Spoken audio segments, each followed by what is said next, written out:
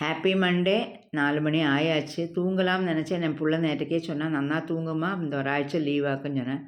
ஆனா என்னமோ நம்மளுக்கு அந்த கார்த்தால விளக்கு ஏத்தலைன்னு விளக்கேத்திட்டு படுத்துக்கோன்னேன். விளக்கேத்திட்டு என்னத்த போய் படுத்துக்கிறது? சொல்லிட்டு நான் ஆஸ் யூசுவல் எழுந்திருந்தாச்சு. பெருசா வேலையொன்னும் இல்ல. நேற்றைக்கும் வேகம் வந்தேன்லல, அதனால வேலையெல்லாம் பண்ணி விட்டேன். மழை வேற சாறிண்டே இருக்குது. நல்லா தணுப்பு. என்னோடய ஷெல்ஃபை காட்டித்தரேன். சூப்பராக்கியிருக்கேன் பார்த்தீங்களோ? மழை நல்லா சாற்றல் உண்டு. இப்போ என்ன பண்ணுறது தெரியாமல் கலர் கோலம் போடணுமா வேண்டாமா அப்படின்னு ஆலோசனை. ஏதோ போட்டேன். எல்லாம் பகவான், எல்லாம் சிவநாமம் இல்லைலா?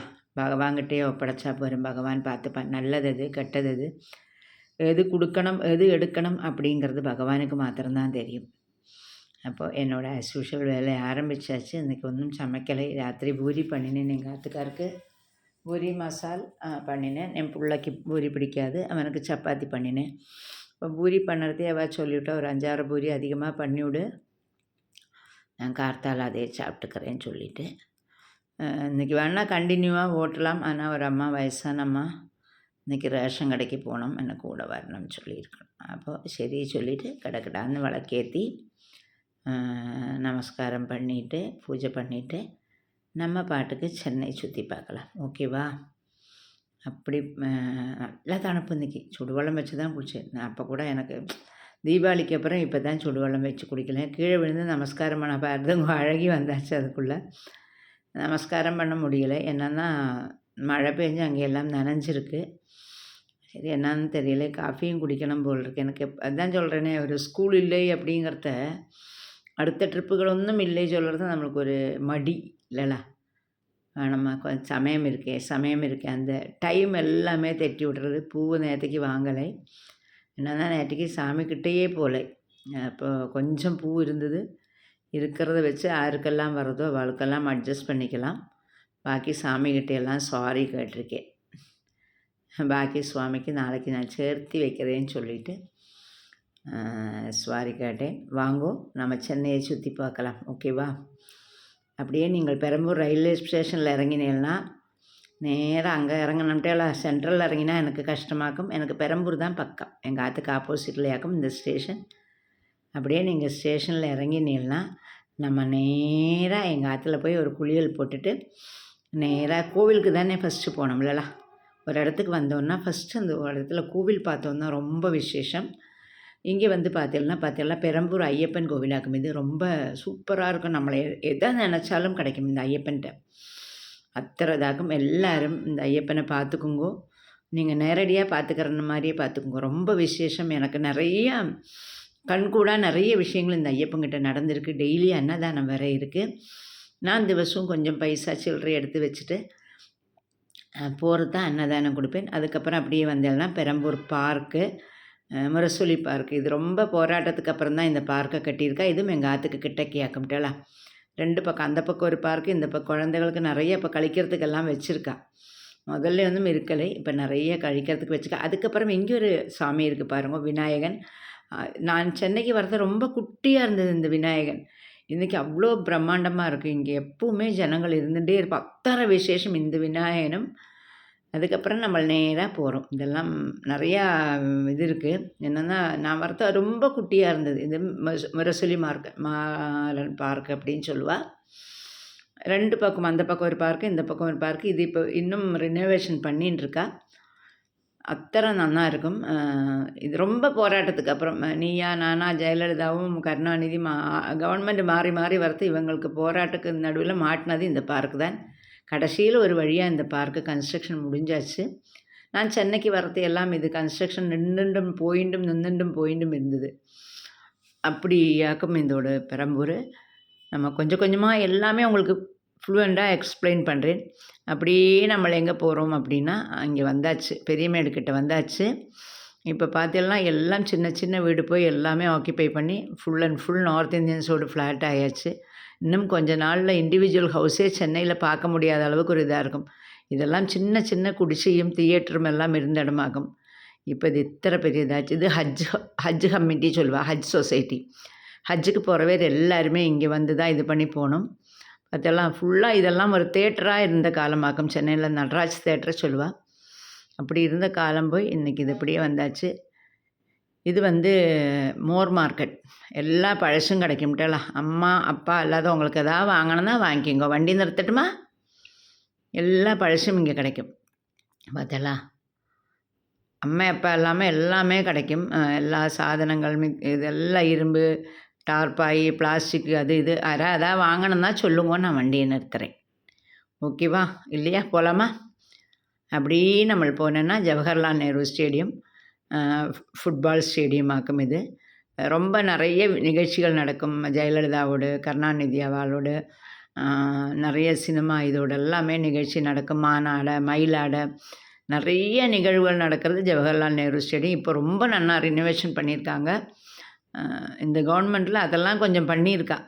ஏதோ கொஞ்சம் இது பண்ணால் கூட நல்லா பண்ணியிருக்கா. ரொம்ப அழகாக இருக்குது. இப்போ இதெல்லாம் பார்த்தோன்னா நம்மளுக்கு ஃபாரின் கண்ட்ரி மாதிரி இருக்கும். நீங்கள் நேரடியாக பார்த்தீங்கன்னா அவ்வளோ சூப்பராக இருக்கும் இதெல்லாமே. ஜவஹர்லால் நேரு ஸ்டேடியம் பக்கத்துலேயே ஒரு மயிலடி பூங்கா இருக்குது. அத்தனை இது உண்டு, சூப்பராக உண்டு. இது வந்து சென்னை சென்ட்ரல் மெட்ரோ. இது வந்து ரிப்பன் பில்கி மாளிகையோட பக்கம் பார்க்குறேன். அவ்வளோ இதாக இருக்கும். நம்ம கார்ப்பரேஷன் ஆஃபீஸ் சொல்லுவாள்லாம், ஒரு காலத்தில் வந்து இங்கே தான் நம்ம பிறந்ததுக்கான சர்டிஃபிகேட் வாங்கினோம். பிறந்தது செத்து போனதுக்கு எல்லாம் இப்போ வாங்கினோம். இப்போ இது நான் மேயர் துரைசாமி இருக்கும்போது நான் இது உள்ளே போகிறதுக்கான ஒரு பாக்கியம் கிடச்சிது. அதுக்கப்புறம் பார்த்தீங்கன்னா விக்டோரியா ஹால் ரொம்ப விசேஷமான ஹாலு. இந்தியாவில் வந்து விக்டோரியா மகாராணி வரத்தை அவள் ரெஸ்ட் எடுக்கிற இது. அவள் ரெஸ்ட் எடுக்கிறதுக்கெல்லாம் எவ்வளோ பெரிய வீடு கட்டியிருக்கா பார்த்தேலோ. எங்கள் அப்பா நிறைய வாட்டி சென்னைக்கு கொட்டாரத்துலேருந்து ஆணை எடுத்துன்னு வந்திருக்கா. அப்போ கூட அவள் எதுவும் ஒரு கெஸ்ட் ஹவுஸ் சின்னது கூட கட்டலையா, கட்டப்படாதாப்பா பாரு. விக்டோரியா மகாராணிக்கு சென்னையில் வந்து தங்கிறதுக்கு எத்தனை பெரிய கெஸ்ட் ஹவுஸ். இதில் வந்து நாடகம் நிறைய ப்ரோக்ராமெல்லாம் நடந்துட்டுருக்கு. இதுவும் இப்போ ரினோவேஷன் நடந்துட்டுருக்கு. அதுக்கு அது வந்து சென்ட்ரல் ரயில்வே ஸ்டேஷனோட ரிசர்வேஷன் கவுண்டர் ஆகும். அது ரிசர்வேஷன் டிக்கெட் கவுண்டரு எல்லாமே அதாகும். இதுவும் நடுவில் நிறைய போராட்டத்துக்கு அப்புறம் தான் இந்த பில்டிங்கும் வந்திருக்கு. இங்கே சென்னையில் இருக்கிற ஒவ்வொன்றுமே ஒவ்வொரு கதை சொல்லும். அத்தனை விசேஷமாக்கும். இது சென்னை சென்ட்ரல் ரயில்வே ஸ்டேஷன். ஆமாம், நேற்றுக்கு சொல்லியிருந்தா ஒருத்தர், கண்டிப்பாக சென்னையிலையும் பீச்லேயும் தான் படியே ஏறண்டா. எந்த பிளாட்ஃபார்முக்கும் படி கிடையாது. அப்படி ஒரு வண்டி எல்லா பிளாட்ஃபார்ம்லேயுமே வண்டிகள் போகும். அந்த அளவுக்கு ஒரு விசேஷமானது சென்னை பீச்சும் சென்ட்ரலும். நேற்றுக்கு ஒருத்தர் கரெக்டாக கமெண்ட் பண்ணியிருந்தா. அதுதான் அது ரொம்ப விசேஷம். நம்மளுக்கு படியே ஏறண்டா. இது வந்து ராஜீவ்காந்தி அரசு மருத்துவமனை ஹாஸ்பிட்டல் ஆகும். பெரிய ஹாஸ்பிட்டல். இதுவும் ஜெயலலிதா பீரியடில் ரொம்ப பெருசாக்கிட்டா. அவளுக்கு பிடிச்ச பச்சை கலரும் போட்டு விட்டா.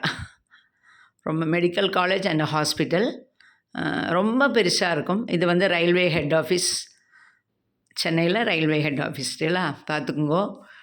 என்னோடய தம்பி இங்கே ரயில்வேயில் இருக்கிறத நான் நிறைய வாட்டி அவனை பார்க்குறதுக்கு வேண்டி அங்கே போயிருப்பேன். ஹாஸ்பிட்டல் எத்தனை பெருசாக இருக்குது தெரியுமா? அத்தனை சூப்பராக இருக்கும்.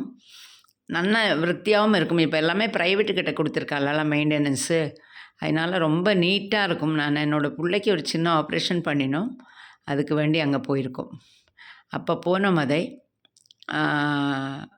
ரொம்ப நீட்டாக இருந்தது. என்னென்னா ப்ரைவேட்டுக்கிட்ட கொடுத்தாலே ரொம்ப நல்லா இருக்கும்லடா. அதுக்கப்புறம் பார்த்தீங்கன்னா சென்னை ஹைகோர்ட் பார்க்குறேன் நீங்கள். இதுக்கு போகிறதுக்கு யாருக்குமே பாக்கியம் இல்லாமல் இருக்கட்டும், ஆனால் கூட நம்ம பார்க்கணும் இல்லையா. பாருங்க, சென்னை ஹைகோர்ட் ஆகும் இது.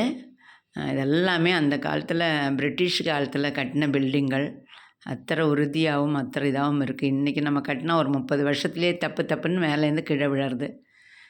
அன்னைக்கு கட்டின பில்டிங் அத்தனை சூப்பராக இருக்கும். ரொம்ப பெருசாகவும் ஸ்ட்ராங்காகவும். அது நம்மளுக்கு பார்க்குறதுக்கே ஒரு இதாக இருக்கும். இந்த க்ரீன் கலர் தான் சென்னையோட இந்த பாரிஸோடு ஸ்டார்ட்டு. அதுக்கப்புறம் நேராக இது ஒரு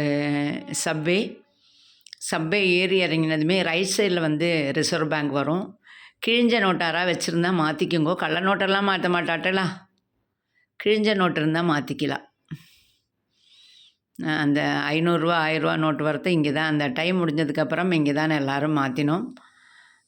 நிறைய அதில் நிறைய குளறுபடி நடந்தது. அது வேறு விஷயம். நம்மளை என்னதெல்லாம் பேசிட்டு இது வந்தது செக்ரட்டரியேட்டு. ரைட் சைடில் வந்து ஃபோர்ட் மியூசியம் இருக்குது, செக்ரட்டரியேட் இருக்குது. நிறைய அரசியல் பிரச்சனைகள் எல்லாம் நடந்த இடம். ஸ்டாலின் சட்டை அழிச்சின்னு போட்ட இடம், ஜெயலலிதாவோட முடியை கிழிச்ச இடம் அப்படிலாம் சொல்லுவோம்லலாம். மாமியார் மருமகள் சண்டையை விட பெரிய சண்டையெல்லாம் நடந்தது இந்த இடத்துல தான், தலைமைச் செயலகம். அதுக்கப்புறம் நம்ம மெயினான ஒரு இடம் பார்க்க போகிறோம். வார் மெமோரியல்னு, இராணுவ வீரர்கள் வீரம் மரணம் அடைஞ்ச அவளுக்கான மெமோரியல் இது. நம்ம சாமிக்கு அடுத்தது நமஸ்காரம் பண்ண வேண்டியது இவா தான். என்னென்னா இவா நாட்டை பத்திரமா பாதுகாத்துன்னு இருக்கிறனால தான் நம்ம நம்மத்தில் நன்னா தூங்கின்னு இருக்கோம். எனக்கு இந்த இடம் வந்தாலே ஒரு மாதிரி சிலருக்கும். என்னென்னா எத்தனையோ பேர் நாட்டுக்கு வேண்டி உயிர் கொடுத்த வார் மெமோரியல், அத்தனை ஸ்பெஷல் அந்த இடம். அதுக்கப்புறம் போனேன்னா நம்ம மெரினா பீச்சுக்கு ஸ்டார்ட் ஆகிறோம். இதுதான் மெரினா பீச்சுக்கான ஸ்டார்ட் பண்ண போகிறோம். இதுக்கப்புறம் நம்ம வண்டி ஓட்டுறதையே சில்லுன்னு இருக்கும். இது நம்மளை எல்லா படத்துலேயுமே அந்த காலத்துலேருந்து இந்த காலம் வரைக்கும் இதெல்லாம் கூவம் பார்த்தீங்களா, நதியோட கடலோட கலக்கிற இடம் கூவம் இது.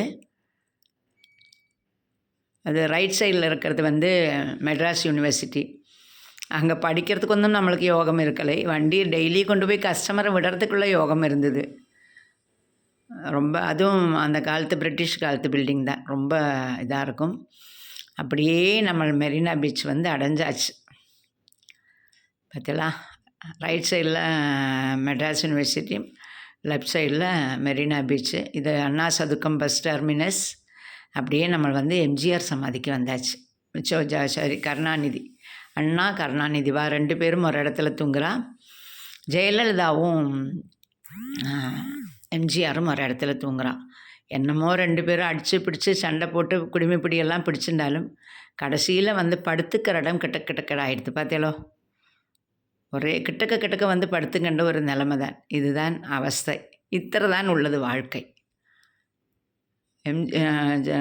இதுதான் நம்ம நினைக்கிறோம். என்னென்னமோ சண்டை போட்டால் ஒருத்தருக்கு ஒருத்தர் பேசிக்கலை, நீ பெருசா நான் பெருசா, ஒருத்தருக்கு ஒருத்தர் குத்தஞ்சாத்தின்னு எல்லாம் நடந்தா. ஆனால் கடைசியில் நம்ம இடம் பார்த்தேலோ ஒரே இடம்தான். யார் என்ன பண்ணினாலும் கடைசியில் நம்ம போய் சேர்றது ஒரு இடம்தான். அதை மனசிலாக்கித்தான் நம்ம வாழணும். அதை மனசிலாக்கணும். வாழ்க்கையில் ஓரோ இடத்துலையும் நம்மளோட ஜீவிதம் இத்தனை தான். அப்படி மனசிலாக்கி வாழ்ந்தோம் வச்சுக்கோங்களேன், வாழ்க்கை ரொம்ப சிம்பிளாக முடியும். யாரையும் குற்றம் சொல்லாமல். இது ஜெயலலிதாவும் எம்ஜிஆரும் இதுக்குள்ளே படுத்துக்கிறா. அப்போல்லாம் பீச்சு பார்த்தாச்சுலலாம், ரசிச்சு எடுங்கோ. பாக்கி நாளைக்கு.